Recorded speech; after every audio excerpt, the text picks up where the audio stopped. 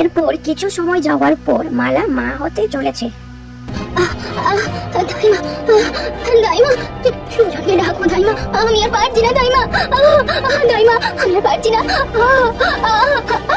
সুজনকে ডাকো দাইমা। সুজন যে মরা পড়াতে গেছে মা, আসতে দেরি হবে। দাইমা আমি আর পারছি না দাইমা, দাইমা দাইমা দেখাবো। অনেকদিন পর আজ মানুষ খাবো রে।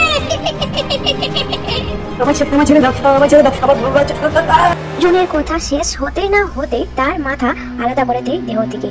তখন অন্যদিকে ঘরে লোক কি এইছে গো, ঘরে লোক কি এইছে। ওর যে বাবা এখনো এলো না দাইমা। ওই ভূত মেরে ফেলেছে গো। গ্রামে আবার ডাইনি এসেছে, ডাইনি এসেছে। সুজন বেঁচে নেই। না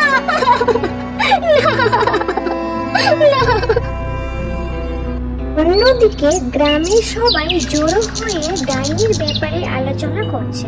আবার ডাইনি টাকা আছে, আবার মরা সুজনের ঘরে তো মেয়ে জন্মেছে। মেয়ে না, ওটা ডাইনি রে। ওই মুখপুরি ডাইনি জন্ম দিয়েছে। আমাদের গ্রামের জন্য ওই মেয়ে ভালো নয়, বুঝলে? তাহলে দাদা কাজ কি? এইদিকে শোন। তোর বাবা বেঁচে নেই রে মা, কিভাবে কিভাবে আমি তোর মুখে অন্য দেবো কি জানি। এই ডাইনি আর বাচ্চাকে আমাদের দে। এই কি তোমরা কারা? ছেড়ে দাও, ছেড়ে দাও আমার বাচ্চাকে, ছেড়ে দাও আমার বাচ্চাকে, ছেড়ে দাও। কে বলছি দে। গ্রামের লোকেরা বাচ্চাকে বের করে মালার বাড়িতে দরজা লাগিয়ে আগুন লাগিয়ে দেয়। আমার মেরো না, আমার মেরো না, আমার বাচ্চা মরে যাবে, দয়া করো, আমার মেরো না, তারপর বাচ্চাকে জঙ্গলের মধ্যে ফেলে চলে যায় গ্রামের লোকেরা। তখন ডাইনি আর একটা শকুন সেখানে আসে। কচি বাচ্চা বুড়ো, তুমি তো আমি কচি ঠুকিয়ে খাবো রে। ভীষণই সুস্বাদু লাগছে, জিভে জল চলে এলো গিন্নি। তবে আর দেরি কিসের? বাচ্চাকে যখনই খেতে যাবে মা কালী এসে হাজির হয়। আমার মেয়েকে খাবি বলে ঠিক করেছিস? এত বড় সাহস! আমাদের ক্ষমা করে দিন, আমাদের ক্ষমা করে দিন। ভুল হয়ে গেছে মা। তবে রে, দে আমার মেয়েকে, দে। জীবন থাকে অনেক খেতে পারবে। তারপর কালী মা বাচ্চাটাকে নিজেই কি ঘুমানো পাড়া জোড়ানো মুরগি এলো দেশে, বলো বলি দে ধানা খেয়েছে কাজ না দেব কিসে।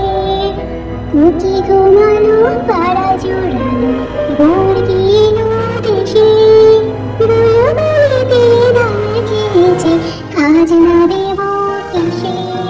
মা কালী অদৃশ্য হয়ে যায়। সেখানে একটা তান্ত্রিক আসে।